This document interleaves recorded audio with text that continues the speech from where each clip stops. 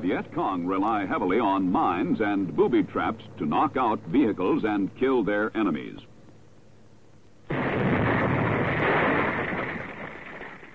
To be hit this way, all you have to do is be there and be careless.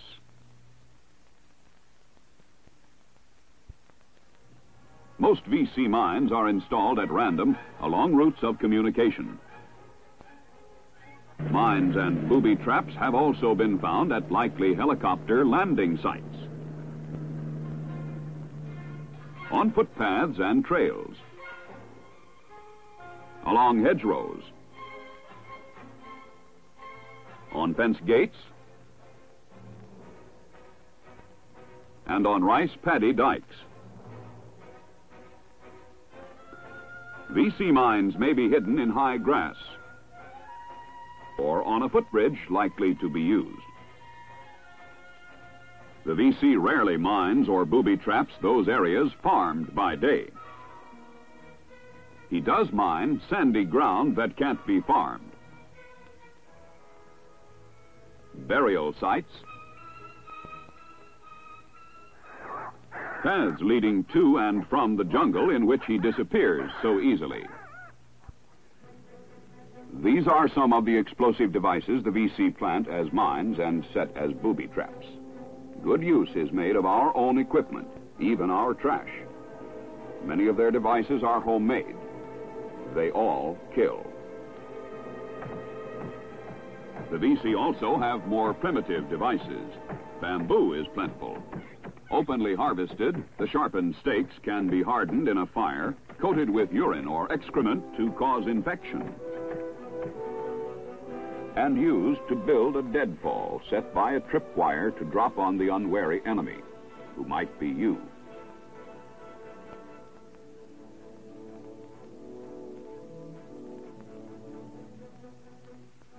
Bamboo is also used to cover and arm man traps found near fences, near hedgerows, and along trails.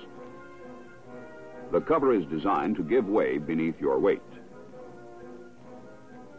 This is another man trap spiked with punji stakes, short lengths of split bamboo, knife sharp, and planted to impale you as you fall. Your fall or later movement on these stakes may further trigger a grenade with which the pit is booby-trapped. Small VC anti-personnel devices have been found where foot traffic is expected. Be on the alert for any disturbance to the ground that lies ahead of you. These bullet traps are triggered by pressure. Simple bullet traps like this can kill. They can also be avoided and, once found, easily disarmed. Watch out for tripwires, too. The VC use these fishline tripwires frequently to trigger grenades set up as anti-personnel devices wherever troop movement is expected. This tripwire leads to a fragmentation grenade planted in a tree along the trail. Placed in a can small enough to hold in the safety lever, the safety pin on this grenade has been removed. The tripwire simply pulls the grenade from the can, releasing the safety lever. Some VC devices are even more ingenious. Anchored with bamboo or wooden sticks, this tripwire leads to a rock suspended from a branch. The rock is attached to the pin of this grenade.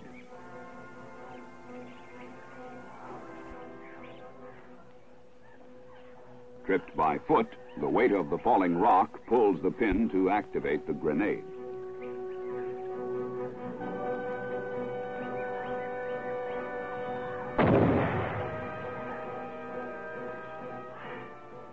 This vertical tripwire leads to a bamboo arch-type anti-personnel device armed with a grenade placed high enough to cover a wide area. Only careful observation can lead to the detection of traps like this before you're trapped.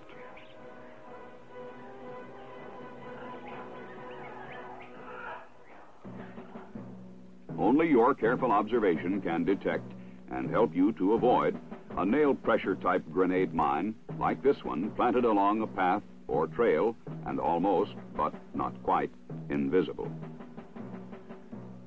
Grenades are also used by the VC to mine possible helicopter landing sites. The charges are mounted high on poles placed around the perimeter of the landing area and strung together in such a way that as the helicopter lands, the grenades will be detonated one after another.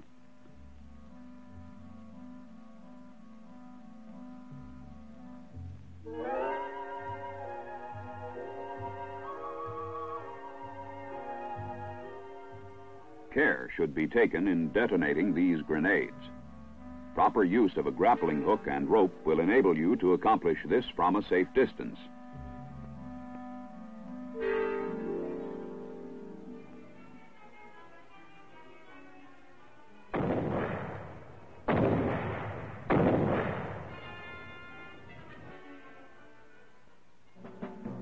VC equipment is often planted conveniently along a path or trail to catch the eyes of souvenir hunters. This equipment is often booby-trapped.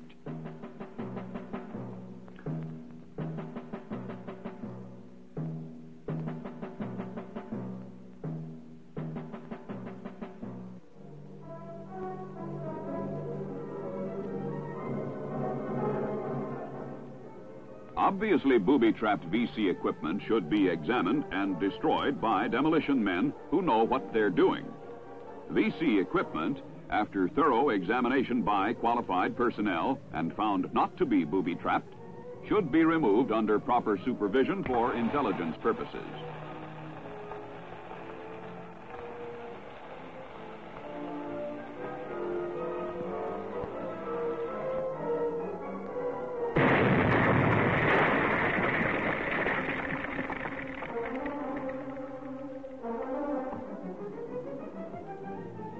As a general rule for survival, be careful with all abandoned VC equipment. This demonstration shows how a VC flagpole could be booby-trapped with a grenade.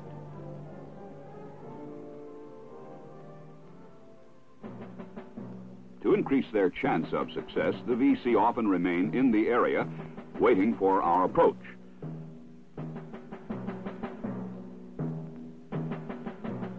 When a target of choice appears within range of the VC's electrically detonated device, he simply closes a circuit charged by a pair of our flashlight batteries, stolen or thrown away as trash, and his mine explodes.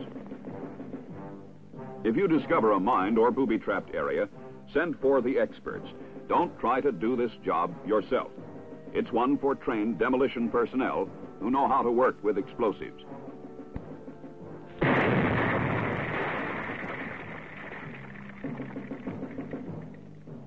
You've got other fish to fry.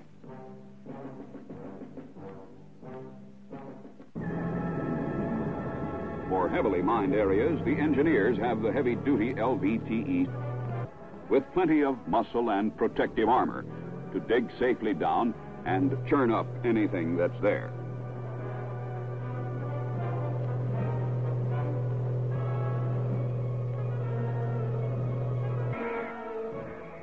The fishline tripwire, commonly used by the VC, may lead to more than a grenade.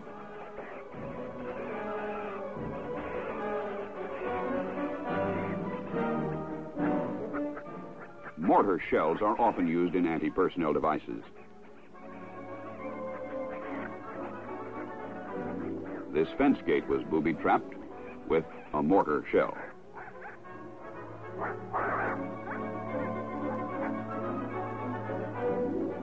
Again, making use of a grappling hook and rope, the charge is properly detonated from a safe distance.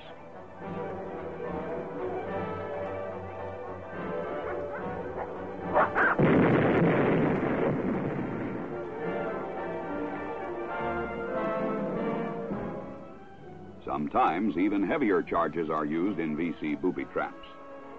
Under the matting of this village hut, a 90mm shell was found, set to go off on pressure.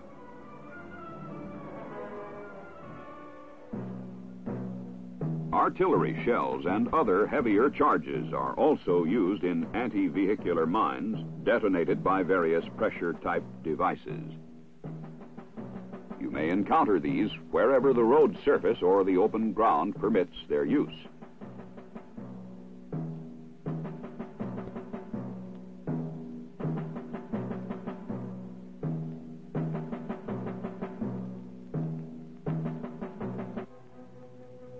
before moving into any area that may have been mined by the VC, a careful search should be made with mine detectors. Sometimes you can see where VC mines have been emplaced, their presence given away by an unnaturally regular pattern of cracks.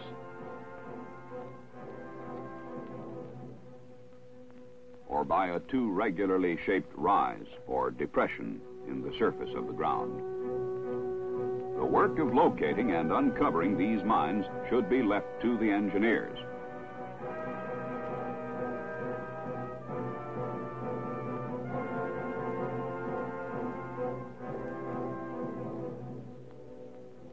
So should the job of demolition.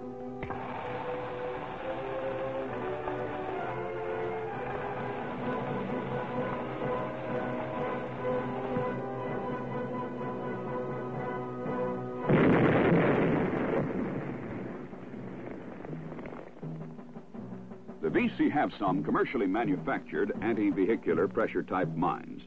Notice the way in which this mine is covered. At first, the earth will be fresh and dark around the bamboo mat.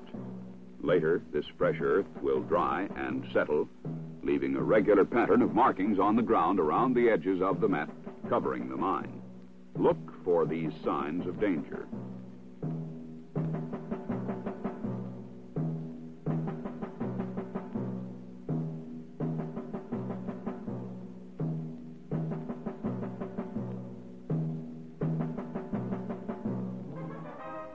Whenever uncertain of whether or not an area is mined, call for the engineers, who can easily detect even well-concealed mines and dispose of them properly.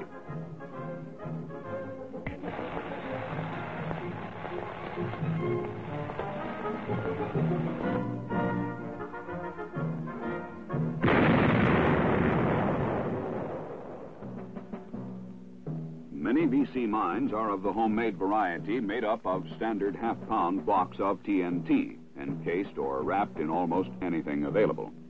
Much use is made of our own equipment, even, remember, of our trash. Extreme caution should be used in approaching electrically detonated mines. This man, remember, may remain in the area to wait for a target of his choice. If you're close enough to discover the wires leading to a mine, you're close enough to be a target. Cutting the wires, one at a time, will prevent electrical detonation.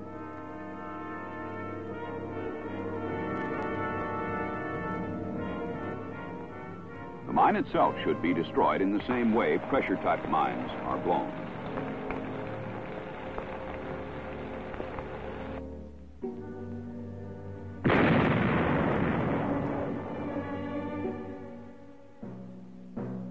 Many VC mines, like that prepared with this mortar round, are rigged for detonation with pressure-type devices made of bamboo or of wood.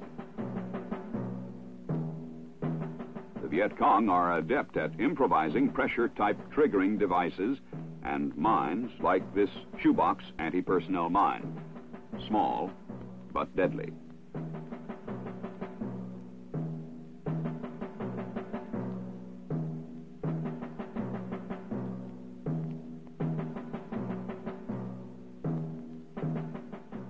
This shaped charge in a metal canister is another improvised mine of the type placed along a road or trail by the VC.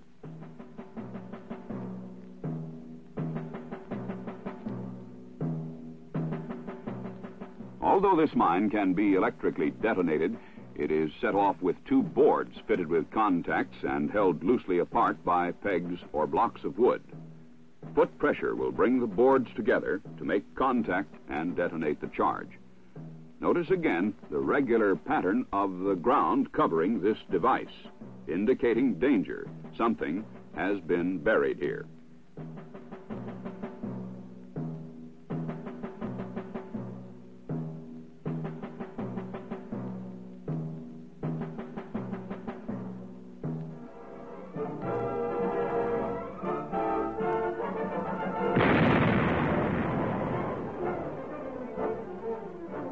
Tripwires may also set off noisemakers warning the VC of your approach.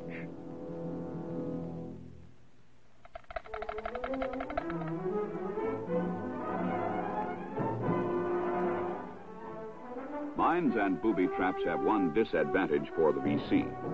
The presence of these weapons must be marked for the protection of VC troops and neutral civilians. The Vietnamese know what areas are dangerous. Watch them as they move around. Avoid the places they avoid. Follow the paths they take. Proceed with caution wherever you go. And look for VC signs and markers that may tell you what areas are mined or booby-trapped.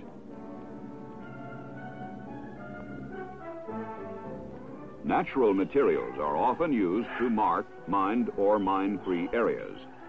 3 rocks set beside a road may mean mines ahead. 3 sticks on a road may also mean the area ahead is mined. An arrow mounted on a stick points to danger, mines or booby traps. The feather points to safety.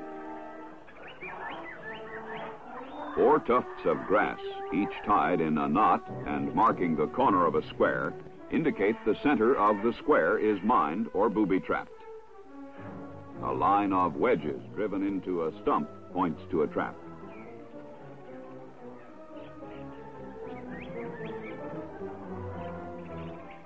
A curved bamboo stick on the road, or 2 sticks placed to form a V point to a punji trap in the area. Sticks tied and stacked like teepee supports cover spike traps. These sticks are removed by the VC when they know we're approaching. A stick shaved flat along one side and stuck in the ground at a 45-degree angle with the flat side up points to a mine 1 meter from where the flat side enters the ground. A stick or pole resting on the fork of another stick points to a danger zone. Signs reading min or cambo indicate mines or booby traps in the immediate area. 3 stones or sticks, 1 on each side and 1 centered on a road, mean danger ahead. Don't use this road. You've seen the ingenuity of our enemy and how he uses mines and booby traps to his advantage. The alert, suspicious, and trained Marine can avoid these devices. Stay off trails and away from places you sense he's likely to have booby-trapped. Wherever you go in his country, be alert. Use good patrol tactics. And watch for the little things that don't seem natural. Don't panic. You'll never encounter VC mines and booby traps as concentrated as you've seen them here. But they're around. Assure your own safety when it comes to the detection and demolition of all VC devices. Stay on the alert and stay suspicious. Know your enemy, Viet Cong, and his application of mining and booby trap techniques.